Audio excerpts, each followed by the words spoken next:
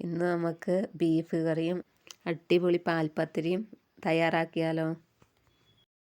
അപ്പം അതിനായിട്ട് 1 kilo beef എടുത്തിട്ടുണ്ട്. അതിലോട്ട് മുളക് പൊടി, മഞ്ഞൾപ്പൊടി, ഗരം മസാല, മീറ്റ് മസാല ഇവയൊക്കെ ചേർത്ത്, കുരുമുളക് പൊടിയൊക്കെ ചേർത്ത്, കുഞ്ഞുള്ളി ഇട്ട് ആവശ്യത്തിന് ഉപ്പും ചേർത്ത്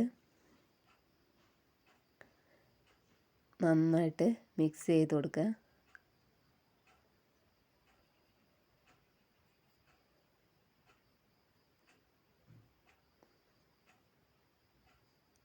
ഇനി അതൊരു കുക്കറിലോട്ട് ഇട്ട് കൊടുക്കുകയാണ് വേകാനായിട്ട്.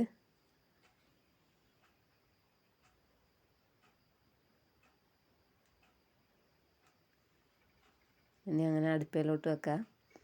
ഇനി നമുക്ക് പാൽപ്പത്തിരിക്ക് ആവശ്യമായിട്ടുള്ള അരിപ്പൊടി എടുക്കാം. ഇത് അജ്മിയുടെ ഇൻസ്റ്റൻറ്റ് അരിപ്പൊടിയാണ്. അത് ഒരു 1.5 കപ്പ് അരിപ്പൊടി ഒരു പാത്രത്തിലേക്ക് ഇട്ടതിന് ശേഷം 3/4 കപ്പ് റവയും കൂടെ ചേർത്ത് കൊടുത്തേ. ഇനി ആവശ്യത്തിന് ഉപ്പും ചേർത്ത് കൊടുക്കാം. നന്നായിട്ടൊന്ന് മിക്സ് ചെയ്തതിന് ശേഷം തിളച്ച ചൂടുവെള്ളം അല്പം ഒഴിച്ചു കൊടുക്കുക.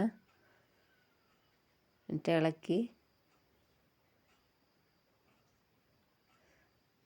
കുറേശ്ശെ ഒഴിച്ചാണ് യോജിപ്പിച്ചെടുക്കുന്നത്.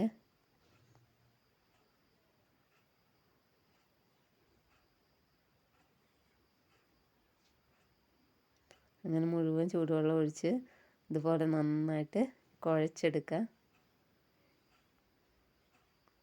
പത്തിരി മാവിനൊക്കെ കുഴയ്ക്കുന്ന ആ ഒരു ഇതിലാണ് കുഴച്ചെടുക്കേണ്ടത്. എന്താ ഇപ്പോൾ മാവ് റെഡി ആയിട്ടുണ്ട്. ഇനി അതിൻ്റെ മണ്ടയിലേക്ക് അല്പം എണ്ണ തടവി കൊടുക്കുക.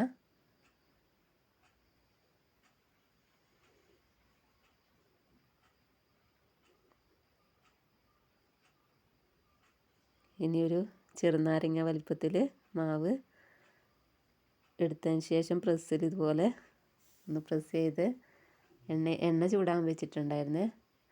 ഇനി അതിലേക്ക് ഇട്ട് കൊടുക്കുക. ഇതാ ഈ ഒരു കണത്തിൽ പൂരിയൊക്കെ ഉണ്ടാക്കുന്ന ആ ഒരു ഇതിലാണ് എടുത്തേക്കുന്നത്. ഇനി ഓരോന്നായിട്ട് ചുട്ടെടുക്കുക.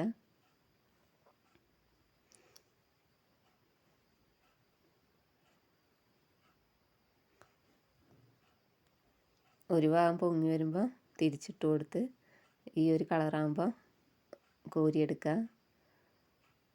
അങ്ങനെ മുഴുവനായിട്ട് ഇതുപോലെ ചുട്ടെടുക്കുക.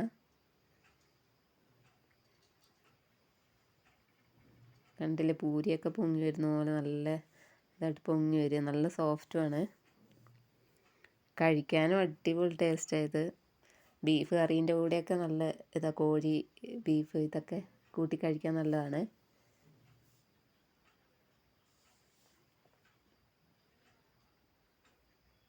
അപ്പം പൂരിയൊക്കെ തിന്ന് മടുത്തവർ ഇതൊന്ന് ട്രൈ ചെയ്ത് നോക്കുക കേട്ടോ.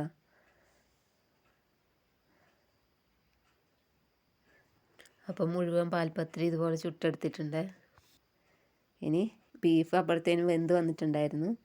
ഇനി അത് റെഡിയാക്കാനായിട്ട് അല്പം എണ്ണ ഒഴിച്ച് അതിലേക്ക് തേങ്ങാക്കൊത്തിട്ട് കൊടുത്തു. നിറം മാറി വരുമ്പോൾ അതിലോട്ട് അല്പം പെരിഞ്ചീരകവും ഇട്ട് കൊടുത്തു. ഇനി ചെറുതായി അരിഞ്ഞു വെച്ച ഉള്ളി ഇട്ട് കൊടുത്തു.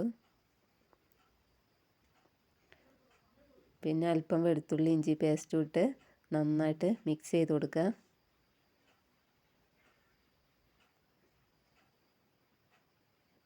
ഇനി അല്പം ചില്ലി ഫ്ലെക്സും കൂടി ഇട്ട് കൊടുത്തു. കറിവേപ്പില ഇട്ടു. നന്നായിട്ട് ഇളക്കി കൊടുത്തതിന് ശേഷം വേവിച്ച് വെച്ച ബീഫ് അതിലേക്ക് ഇട്ട് കൊടുക്കുക. ഇനി അല്പം ഗരം മസാലയാണ് ഇപ്പോൾ ചേർത്ത് കൊടുത്തത്. അധികം ചാറൊന്നുമില്ലാതെ നല്ല തിക്കായിട്ടാണ് എടുക്കുന്നത്. അതാണ് ഇതിന് നല്ലത് കൂട്ടാനൊക്കെ. ഇനി അല്പം മല്ലിയിലയും കൂടെ ഇട്ട് അങ്ങനെ കറി റെഡിയായി. ഇനിയിപ്പം കഴിക്കാൻ പോവാണ്. പാൽപ്പത്തിരി അടിപൊളിയാണ് ബീഫ് കറിയുടെ കൂടെയൊക്കെ കഴിക്കാൻ. തേങ്ങാപ്പാലും കൂടെ ചേർത്ത് ആണ് ഇത് കഴിക്കേണ്ടത്. അങ്ങനെ ഇത് തേങ്ങാപ്പാലും പാൽപ്പത്തിരിയൊക്കെ റെഡിയായി. അതിൻ്റെ മുകളിൽ അല്പം തേങ്ങാപ്പാൽ ഒഴിച്ച് ബീഫും കൂടെ കൂട്ടി കഴിക്കാം. അപ്പോൾ ഇത്രയേ ഉള്ളൂ. വീഡിയോ ഇഷ്ടമായാൽ സപ്പോർട്ട് ചെയ്യാൻ മറക്കല്ലേ. Thank you.